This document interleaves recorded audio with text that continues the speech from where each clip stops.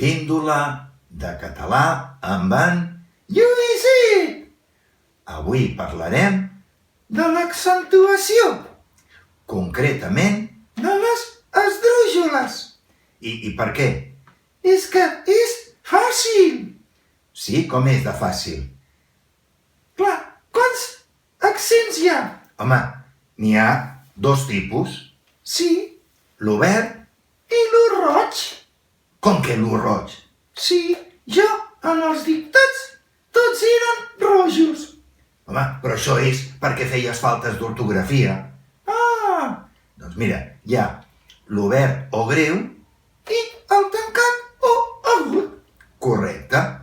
I en les esdrújoles, l'accent, sí, sempre sol ser obert. N'hi ha algunes que el duen tancat. Correcte. I per cert, l'accent tancat cap on va? L'accent tancat va cap a la dreta. Molt bé. I l'accent obert cap a l'esquerra. Exacte. I llavors has dit que les esdrújoles el porten normalment obert? Sí, i algunes el duen tancat. I com sabem aquestes? Ui! Clar, s'han d'aprendre de memòria. Ui, que difícil! No, perquè jo tinc un mètode. Ah, sí?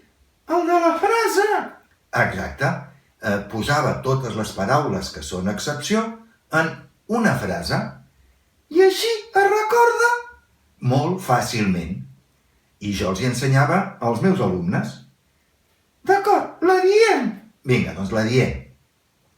La tórtora sortí de la tòmbola amb la fórmula de la pólvora per a la cérvola feréstega tancada a l'església. I escolta, i per què exageres el tancada?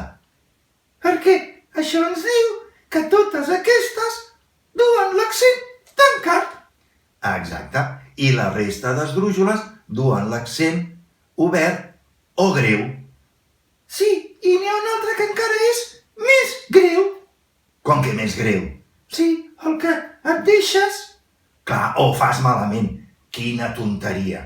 Però també has de saber que hi ha alguna paraula més. Sí, clar. Però aquestes són les més freqüents. I tant. I quines més podríem dir? Doncs gòndola, això, i escòrpora. Molt bé, doncs podem donar la píndola per acabada. Sí, no agitaràs. Sense un aprenentatge. Que no era així. Ah, no, el que t'has equivocat ets tu. Sí, era. Al llit no agitaràs. Sense un aprenentatge més, al cas. Molt bé. Adéu!